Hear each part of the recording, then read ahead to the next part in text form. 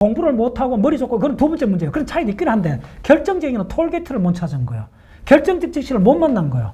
수험생들은 사실 이게 더 효과적입니다. 정답부터 문제 보세요. 오마이사이언스. 왜 그러냐면 수험생들은 제한된 조건, 절박한 상황에서 살잖아요. 뭐로 가도 서울로 가면 돼요. 20대 이후의 수험생들은 수단과 방법을 가지고 가장 효율적인 방법을 써야 돼요. 정답부터 먼저 보세요. 최고의 방법입니다. 웬 준비를 그렇게 하면 되지? 일이 다 되고 집안이 좀 안정이 되고 이사 가고 나면 그 다음에 내 다리가 좀 그렇고 내가 좀 건강이 회복되면 그런 조건도 하는 사람 치고 내가 공부하는 사람 본 적이 없어요. 그 준비 운동 하지 말라는 거예요. 지금 이 시간에 하라는 거예요. 지금 제가 할 수 없는 사람은 영원한 시간이 줘도 할 수 없다고 생각하시면 돼요. 아까 이제 박사님께서 책을 읽으시는 과정을 제가 다시 한번 생각을 해보니까 처음에 마음에 드는 부분 이제 읽으시잖아요. 그러면서 이제 주변에 있는 것도 읽으시고 나만의 어떤 순서를 만드시는 거네요. 모듈을 갖고. 그렇죠. 만들어 놓고 이 사람 어떻게 이제 마지막에 확인하시고. 그렇죠. 이 책의 앞에도 읽는 법에 써있는데 세 번째 인상적이었던 게 마음에 드는 부분 먼저 읽으라라고 써놓으셨더라고요. 순서대로 읽으라가 아니라.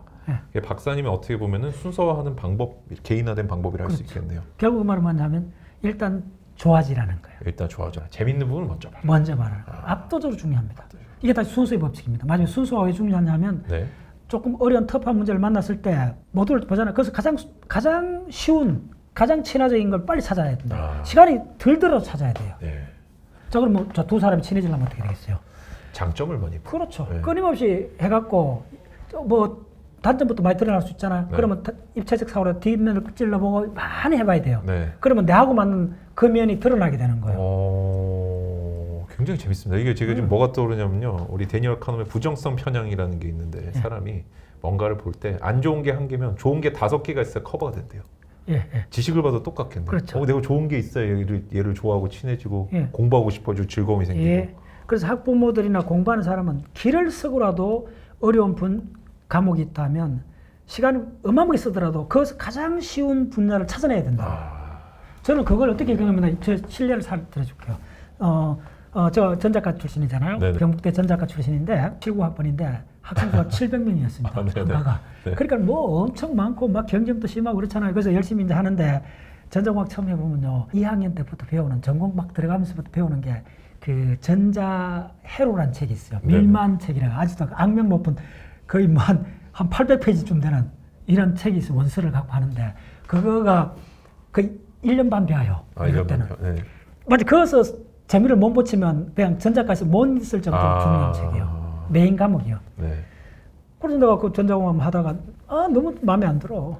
진짜 봤더니 무슨 뭐 그러는 거야. 결론 얘기할게요. 그래서 제가 이제 군에 갔다 와서 다시 이제 복학을 했거든요. 복학을 하고 그때 이제 처음 그 했던 카이스트 나왔던 우리 그 잘 가르치는 젊은 교수가 왔어요. 그래서 그 교수님이 강의를 하는데 그 밀만책을 갖고 하는 거예요. 또 어려운 과목. 아이고 제가 너무 어려운데. 1시간 내도는데 우리나라 말하는데 저렇게 뭐 어려운 과목이 있나 이럴 정도로 악명 높은 과목이었어요. 그런데 어느 날 딱 듣다가 그 교수가 이렇게 이야기하는 거예요. 자, 우리 이 밀만책 이만큼인데 그 가장 핵심 분야인데 그 전자회로를 갖고 계산기를 만드는 그 과정인데 그 코일하고 커패시턴스하고 트랜지스터 결합해갖고 미분을 푸는 거예요. 그러면서 이 교수가 뭐라 그러냐면 자, 학생들 한번 생각해 보라고. 이 전자공학이 왜 출현했느냐고. 포탄이 날아오는데 탄도를 계산해야 되는데 만약 이걸 빨리 계산 못하면 가까이 내 옆에 동료가 죽고 내가 죽을 수 있어. 더 나아가서 우리 가족이 죽을 수 있어. 국가가 망할 수 있어. 그 절박한 상황에서 이 탄도를 얼마나 빨리 계산하는가는 한 개인에서 나아가서 한 국가의 운명하고 관계 있는 이야기야. 그런데 이게 어떤 자동적으로 계산할 수 있다면 어떤 반도체 칩이 계산할 수 있다면 이건 인류 한 국가의 운명을 바꿀 수 있는 거 아니냐. 그 이야기를 딱 이야기하는 거야. 와, 눈물이 앞서지더라고. 내가 진짜 이걸 어려운 과목이라 생각했다가 꼭 해야 된다. 포탄이 날아가는 궤도를 계산하는 거네. 눈에 불이 확 나더라고요. 그 순간 제 인생이 바뀌었어요. 지금 생각해봤더니. 그때부터 이 어려운 과목이 좋아진 거예요. 아무리 어렵다는 내가 하겠어. 됐나요? 아무리 어렵다는 내가 하겠어. 포탄이 들어오는데 이걸 내가 정확히 늦게 계산하면 나는 죽어. 그게 어떻게 보면 상황의 힘하고도 관련이 있는 거죠. 상황인 거. 그렇죠. 그래서 저는 이거 뭐 리얼한 경험입니다. 그날이 정확히 기억이 나요. 내가 왜 그렇게 이걸 과목을 싫어했던가 통탄을 하면서 내 이제 좋아하겠다고. 그랬더니 뭐 그다음 그 학기에 그 파이널 시험 쳤는데 또 일단 자기 자랑 좀 해야지. 70명 중에서 반에서 1등 했어요. 아. 적응 못 해갖고 군에 간 학생이. 예. 그래서 나는 니랑 터닝 포인트를 본 거예요. 그러니까 그런 상황을 만나야 돼요. 시간이 많이 들더라도 그 상황을 찾아야 돼요. 야, 찾아야 돼요. 그래서 톨게이트를 찾아야 돼요. 톨게이트 이야기가 굉장히 많아요. 실제로 공부를 못하고 머리 좋고 그건 두 번째 문제예요. 그런 차이도 있긴 한데 결정적인 건 톨게이트를 못 찾은 거예요. 결정적 직시를 못 만난 거예요. 이게 그 평소에 말씀하신 상황의 힘이죠. 상황을 절박하게 만들어가지고 딱 그 상황에 학습할 수 있도록 예. 말씀하시는. 요게 지금 유튜브에 올라가서 그 반응이 굉장히 좋은데 한 분이 이렇게 달아놨어요. 댓글을. 그래서 그 댓글이 굉장히 생산적인 댓글이니까 다시 한번 얘기 드릴게요. 네. 뭐라 그랬냐면 오케이 박사님 이야기 다 수긍이 가는데 지금같이 모든 거 인터넷으로 가면 볼 수 있고 우리가 편하게 배우고 자유로운 시대인데 그렇게 상황을 절박하게 만드는 거는 꼰대들이 하는 이야기 아니냐. 지금 시대가 어떤 시대인데 라고 이렇게 댓글을 달아놨어요. 네. 의학하자면. 그래서 내가 그 댓글 보고 새벽에 많은 생각을 했어요. 뭐 충분히 그렇게 다룰 수 있겠다. 당신이 너무 거칠게 이야기하는 거 아니냐. 지금 뭐 그렇게 뭐 지금 불법 죽는 사람 없는데 공부 뭐 여러 개 다양하게 해야 되고 창의적 해야 되는데 그렇게 옛날식으로 그렇게 막 무식하게 그렇게 하는 게 맞느냐 이런 투거든요. 근데 어쩔 수 없는 불편한 진실입니다. 그래도 그렇게 해야 된다 이런 예, 말씀이시네요. 왜 그러냐면 네. 왜 그러냐면 이 브레인 공부를 해보면 자 만약 인류가 불편함이 없었다면 네. 고통이나 불편함이 없었다면 뭔가를 벗어나고 싶거나 뭔가를 하고 싶은 욕망이 생겼을까요? 안 생길 것 같아요. 간단하죠. 네. 인류 문화는 불편하고 힘든 거 없었다면 인류 문화는 존재할 수 없습니다. 상황이 감정을 만들고 그 행동을 만들고 이렇게 예. 해서 바뀌는 거네요. 예, 진짜 명확한 겁니다. 그래서 우리 브레인이 불편하지만 생산적인 장소나 순간들이 있어요. 그래서 사람들이 불편하거나 지루하거나 이런 많은 상황들이 있는데 지루한 상황도 견뎌야 돼요. 사실 창의성의 원동력 중에 하나가 지루함을 벗어나는 과정에서 생긴 겁니다. 맞죠? 네. 네. 스티브 잡스나 지금 누굽니까? 일론 머스크를 보세요. 그 사람들은 지루한 거 이거 못 참잖아요. 네네. 네. 창의적인 특징이 뭐냐면 지루함에 대한 민감도가 높아지면 창의성으로 가는 거예요. 그러면 그걸 뒤집으면 지루함을 겪어봐야 되는 거예요. 자, 만약에 제가 전자공학을 하면서 그렇게 막 어렵고 막 그런 과정을 한 1년 동안 안 겪었다면 그 교수의 말에 눈물이 확 안 쏟아졌겠죠. 그런 계획이 안 나왔겠죠. 안 왔으면 나는 계속 전자공학을 싫어했고 그 연구소도 못 들어갔을 거고 내 인생이 다 달라졌을 거예요. 지식을 습득하고 두뇌를 활성화하기 위해서는 상황적으로 좀 절박하게 좀 만들 필요가 있다. 변화의 어떤 필요성을 내가 체감할 수 있도록. 그거는 무슨 우리가 시대가 아무리 풍족하게 해갖고 적응하지 마라 그런 상황이 아니라는 거예요. 네. 이게 인간 진화의 원초적 인간 진화라고 적고 뒤집으면 불편함, 고통 이걸 끊임없이 해결하는 과정이 인류의 진화지. 그게 주어지지 않으면 아예 그런 욕망이 생기지 않는다는 거예요. 개인의 공부도 마찬가지다. 마찬가지예요. 그럼 절차의 힘은 어떤 의미인가요? 예, 절차의 힘은 간단히 말하면 준비 동작 하지 말라는 거예요. 준비 동작 하지 말라. 제발 준비 동작 하지 말아요. 네. 준비 동작.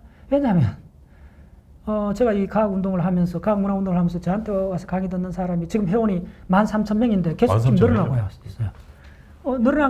늘어난 이유가 뭔지 압니까? 간단해요. 어렵고 모르게 해서 그런 거예요. 아무도 모르게 이야기하니까 알아들으려고 이렇게 하는 거예요. 역발상이요. 저는 요즘 더 크게 썼는데 옛날에는 글자 써도 적겠어요. 그러면 우리 그 강의 들어서 이런 좀면 상황력 갖고 와서 배워요. 그 다음에 말도 이제 말하면 힘들잖아요. 요즘 제가 편하게 크게 이야기하는데 4시간 강의를 15년째 하잖아요. 네네. 하면. 네. 그러면 그 웬만하게 재밌는 이야기도 4시간 들으면 지쳐요. 네. 그래서 어떻게 하는 줄 알아요? 예, 그것도 오후 2시쯤부터 시작해갖고 저녁 한 7시, 6시까지 하면 탈진을 하잖아요, 사람들. 그렇죠. 그러면 표준말 쓰면 안 돼요. 사투리 빡빡 써야 돼요. 경상도 애투리. 그 다음에 알아듣게 하면 안 돼요. 적당히 모르게 이야기해야 돼요. 그러면 길을 좀 못해. 그 말 무슨 말이야? 화가 나잖아. 네. 화가 나면 좋아요. 화가 나면 일단 졸지는 않아요. 오마이 사이언스. 조는 거는 아예 대책 없는데 화나는 거는 극복할 수가 있다는 거예요. 다시 말하면 말 아나운서처럼 잘하는 게 결국은 집중력을 못 높여요. 긴 강의는 적당히 사투리를 쓰고 조금 못 알아들을 말도 중간에 던져놓고 그렇게 해야 돼요. 엔트로피를 좀 불안정한 상태로 만들어줘야만 이게 흔들어야 돼요. 흔들어야 되네요. 흔들어야 돼요. 네. 한편으로는 또 우리 절차의 힘에 대해서 최소 단위를 좀 만드는 게 중요하다 이런 얘기도 한번 해주신 적이 있거든요. 오케이, 조금 더 설명드리면 아까 내가 그 절차의 힘의 가장 핵심은 준비 운동을 하지 마라. 그 말은 어디서 나왔냐 하면 네. 제발 도상훈련 연필 방아 조금 찍지 말라는 거예요. 어떤 의미인가요? 간단해요. 네. 연필 방아 찍는 게 좋긴 해요. 도산훈련. 바캉스 갈 때 바캉스 가는 것보다 모여갖고 어디 여행 갈까 계획 잡을 때 더 즐겁죠. 계획사보고 네. 도산훈련 너무 오래 하면 안 돼요. 근데 의외적으로 어떤 공부를 하려는데 사람들이 저거 브레인 공부하고 싶어라고 하는데 네. 그 준비 운동을 네. 몇 년 하더라고. 이걸 날 셌어. 제대로 공부하기 위해서 그냥 준비 작업을. 웬 준비를 그렇게 하면 되지? 뭐 일이 다 되고 그 다음에 뭐 집안이 좀 안정이 되고 이사 가고 나면 그 다음에 내 다리가 좀 그렇고 내가 좀 건강이 회복되면 그런 조건 다는 사람 치고 내가 공부하는 사람 본 적이 없어요. 좀 심하게 얘기하면. 제발 그 준비 운동 하지 말라는 거예요. 거대한 계획을 세워가지고 완대한 어떤 그런 거를 실행하려고 다 하는 거죠. 틀렸어요. 계획은 세우라고 있는 것이 아니고 수정하라고 있는 겁니다. 계획은 끊임없이 만들어지고 끊임없이 수정하는 과정입니다. 계획을 세우는 것보다 훨씬 중요한 계획의 수정입니다. 이야. 왜냐하면 우리가 하는 모든 목표는 이동하는 타켓이잖아요. 그럼 계획을 매 순간 수정해야 돼요. 오마이 사이언스. 네. 그러면 내가 지금 최소한도 할 수 있는 거를 찾아서 그걸 하는 게 중요하겠네요. 그렇지. 그래서 모든 그의 출발은 지금 여기 있어. 지금 할 수 있는 거. 지금 할 수 있는. 그래야만 나머지 그거 위에 것들을- 출발선은 다 헛개비 같은 거야. 지금 여기서 할 수 있는 거. 지금 여기서가 뭐죠? 모든 준비 작용이 필요 없다는 거예요. 지금 갖고 있는 그걸로 갖고 지금 이 시간에 하라는 거예요. 지금 여기 할 수 없는 사람은 영원한 시간이 줘도 할 수 없다고 생각하시면 돼요. 절차의 힘이 간단한 거는 사실은 이제 그 절차의 힘이 그걸 딱 모듈화 해갖고 미리 세팅을 만들어 놓은 겁니다. 그래서 제가 그대로 이야기 드릴게요. 우리 집에 가면 서재가 있는데 우리 그 아파트 내가 지금 한 16년째 살고 있는데 그 아파트 우리 방은 16년째 그대로입니다. 세팅이. 그대로세요? 그대로입니다. 어떻게 하냐면 16년째 그대로란 말은 뭐죠? 앉으면 무조건 전부 다 자동 반응입니다. 심지어 문도 열어놓습니다. 저는 내 혼자서는 화장실 같으면요, 문 열고 닫는데도 거창스럽다는 거예요. 전부 다 자동화 해놓습니다. 그래서 딱 할 수 있는 그 행위만 할 수 있도록 준비 운동 할 수 있는 걸 미리 전부 다 세팅을 다 해놓는 겁니다. 그래서 딱 저 책상 옆에는 휴지통이 반드시 있어야 돼요. 네. 휴지 가지러 거실에 나가면 틀렸어요. 깨져요. 딱 방석이나 모든 것도 그대로 하는 건 모든 게 자동입니다. 딱 일어나면 그 자리에 딱 앉는다. 네. 그 다음에 PC 켠다. 그 다음에 코를 한번 푼다. 그 다음 딱 정해져 있어요. 그래서 의식이 하나도 안 들어간다는 거예요. 루틴화돼 있네요. 루틴화돼 있죠. 그건 대부분 작가들이 하는 거 있는 거고. 네. 그 말이 뭐냐면 준비 운동 하지 말라는 거예요. 의식적 준비 운동을 하지 말라는 거예요. 이게 3대 경영학에서 되게 강조하는 것 중 하나가 창발적 전략이라고 그러더라고요.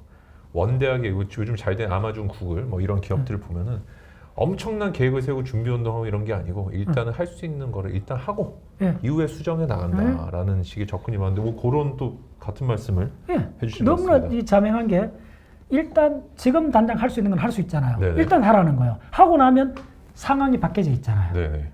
매 순간 상황이 바뀐다는 거예요. 오마이 사이언스. 그러면 처음에는 어마어마하게 어려울 것 같은데 조금만 가보면 상황이 확 바뀌었기 때문에 가시권에 들어온다는 거예요. 가시권에 들어온다. 며칠 만에 가시권에 들어올 수 있는 걸 1년 동안 준비 운동하고 보내는 걸 보고 좀 뚜껑 열려버려요. 우리 회원들한테 제발 그렇게 하지 말아라. 자, 공부한다는 마음도 묻지 말라는 거예요. 그냥 오라는 거예요. 오케이? 자, 만약에 여러분들이 브레인 공부하고 싶다. 최고 좋은 방법은 일단 뭐 이제 서칭을 해갖고 뭐 A라는 장소에서 어떤 박사가 한다. 그러면 그거 딱 알면 모든 거 딱 스탑하고 가라는 거예요. 그냥. 묻지 말고 그냥 가라는 거예요. 내가 작가가 되고 싶다 이럴 때도 뭘 이렇게 구체적으로 계획 세우고 이런 게 아니고 그냥 두드리면 되는 거네요. 그냥 두드리라. 두드려라. 일단 두드려라. 예. 동일한 시간에 동일한 두드리를 하면 루틴화 되죠. 네. 그럼 우리 브레인은 동일한 걸 반복할 때는 완벽한 동일한 것처럼 보이지만은 내 세포가 바뀌었잖아요. 네, 내 네. 브레인이 바뀌어 있잖아요. 계속. 동일한 장소, 동일한 순간이지만 내 브레인은 매일 바뀌고 있잖아요. 네. 그러니까 항상 장소하고 시간이 결합하게 되면 매 순간 다른 상황이 벌어진다는 거예요. 그런데 시작하기 전에 상황이 바뀌지 않는다는 거예요. 네. 시작하기 전에 상황이 바뀌지 않는다는 거예요. 그래서 시작이 반이란 말은 진짜 맞는 이야기예요. 야, 진짜 이걸 하면서 내가 하루하루 다른 리뉴가 되는 거예요. 그렇죠. 그래서 우리나라 초등학생부터 계획 잡는 거에 너무 방점 찍지 마세요. 그 계획은 대략 뭐 아주 어려운 일이라도 한 70% 되면 출발하라. 큼직하게만 해놓고. 큼직하게만. 그래서 적당히 잘하라. 천천히 서둘러라. 천천히 서둘러라. 적당히 잘하라. 인간밖에 할 수 없습니다. 마지막에 이제 질문의 힘이 남았는데요. 뭔가 이렇게 남한테 질문하는 건 하수다 이런 얘기도 하셨어요. 이건 어떤 의미인가요? 질문은 가장 중요한 학습의 원동력입니다. 절대적인 겁니다. 질문은. 네.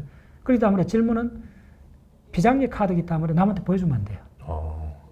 자기가 갖고 있는 궁극적 질문은 자꾸 남한테 이야기하지 말고 품어서 키워야 돼요. 네.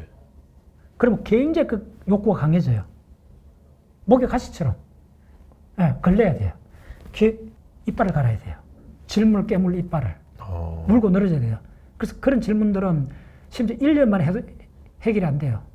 그래서 질문이 두 종류가 있는데 해답이 있는 질문하고 해소가 되는 질문이 있어요.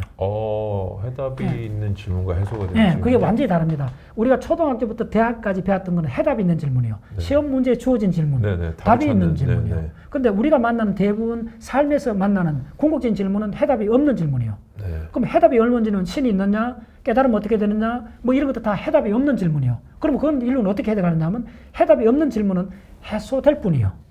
더 이상 그 질문이 나를 괴롭히지 않을 때까지 그 상태가 될 수가 있어요. 네. 저는 많이 그랬어요. 브레인 공부를 하면서 가졌던 초기 질문들은 몇 년이 지나면 다 대부분 헛웃음이 나와요. 넌센스 같은 질문에 매달렸구나. 이제 해소가 되셨네요. 해소가 되니까 더 이상 나를 괴롭히지 않아요. 그걸 자유라 그래요. 음. 그런 질문이 나를 괴롭히지 않을 때 그걸 해소되는 질문이라고 그래요. 그래서 비트겐슈타인이 철학이 바로 그거잖아요. 예, 언어를 분석했더니 넌센스 같은 질문에 답을 구하고 있었다는 거예요.